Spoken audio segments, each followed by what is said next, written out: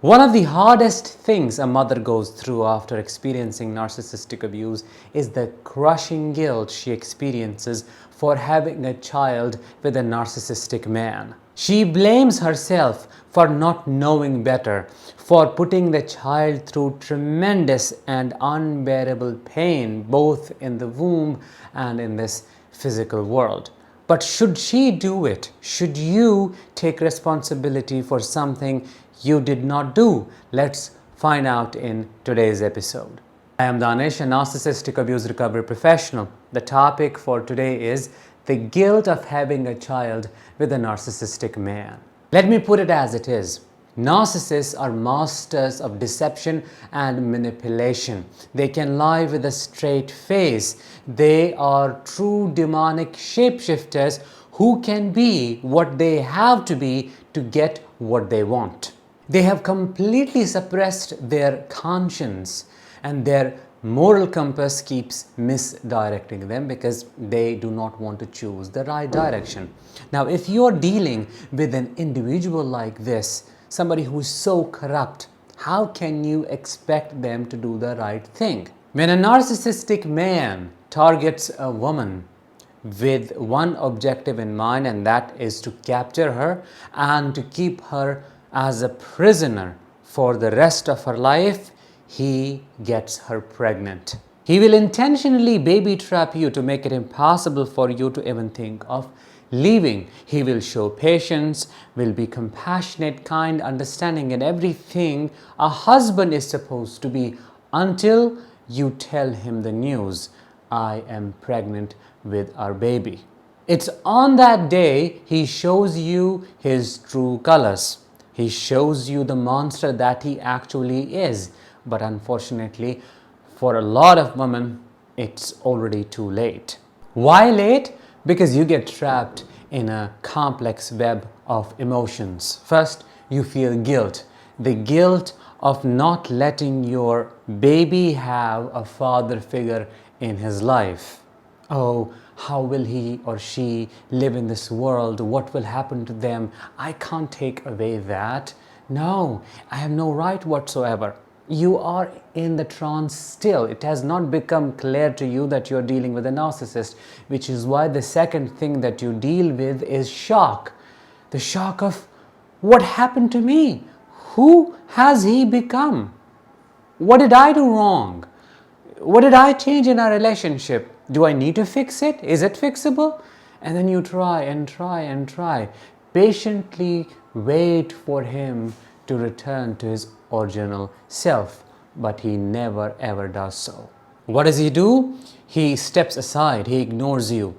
He leaves you alone with your baby, never shows up, never takes care of you or your body. And this is not just about pregnancy, it continues post-pregnancy as well. He's never to be found in their life. Yes, he can show up as a Disneyland ad, he might sporadically spend a few hours with them here and there, but he does not get involved at a true heart-to-heart level. That is impossible for him. Now, it's all his doing. He planned it all the way. He had it in his mind. Right from the day you met him, he selected you as an incubator. And then he waited patiently for you to hatch the eggs. I hate to put it this way. How can it be your fault? How can you blame yourself for a crime that you did not commit? I know you are a responsible mother. I know you love your children. I know you want to do anything to save them.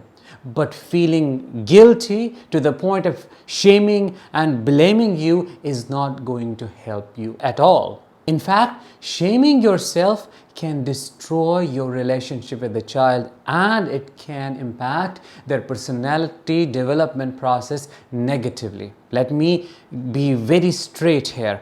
You can create a narcissist unintentionally. That sounds shocking, doesn't it? But let me explain that. If there is underindulgence from the narcissist side, if there is abandonment, neglect, if there is emotional, physical, or psychological abuse, if there is a lot of shaming and blaming, and you try to compensate for that by being over loving, you can be really sweet to your child. You can never say no. You may never reprimand them. You can just give them what they want.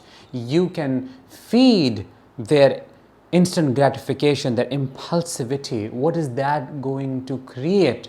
That narcissist false self in your child. And they will learn to suppress their shame, which comes from the other parent, the counter parent. And with you, they might develop an inauthentic connection, which gets fed through things, through the desires that are fulfilled by you. So you have to be mindful not to create a narcissist false self in your child by overindulgence.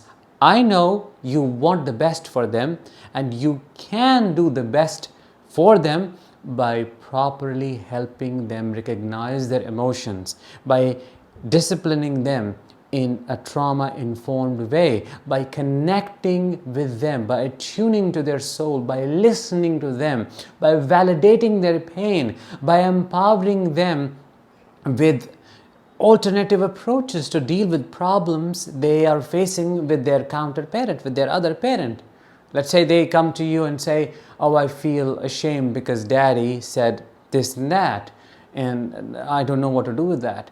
You can just gently guide them. First, you can listen, then validate, and then guide them. You can help them come up with solutions they can apply to save their sense of self. What I'm saying is, it's not your fault that your child's father turned to be a narcissist. You did not know any of that in the beginning.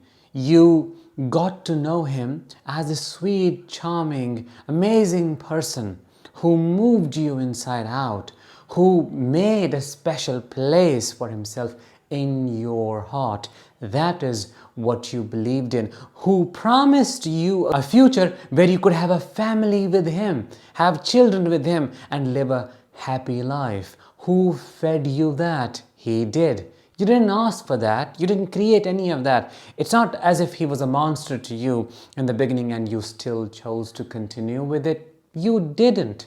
You are trying to save yourself. And you realized how bad the situation was only when time had passed and he had gotten you baby trapped with him. Remember, for him as a narcissistic parent, it's not about love, it's about legacy. But for you, it is about connection that you have with the child that was born to you. You need to understand you are a single mother who was once married to a narcissist. Even if you may be technically married, you need to accept there's only one parent who has to play the dual role, the role of a mother as well as a father. And in that way, you can fill that gap. You can be the other parent in your child's life. They don't need a father. You are more than enough, and you need to trust yourself. Blaming yourself is not going to help. It's going to traumatize your child as well, because a child wants to look up to a confident parent, somebody who knows what they are doing, not someone who keeps blaming him or herself all the time. With that, let's bring this episode to an end. Thank you so much for listening. I will talk to you in the next one. Until then, as always, let the healing begin and continue.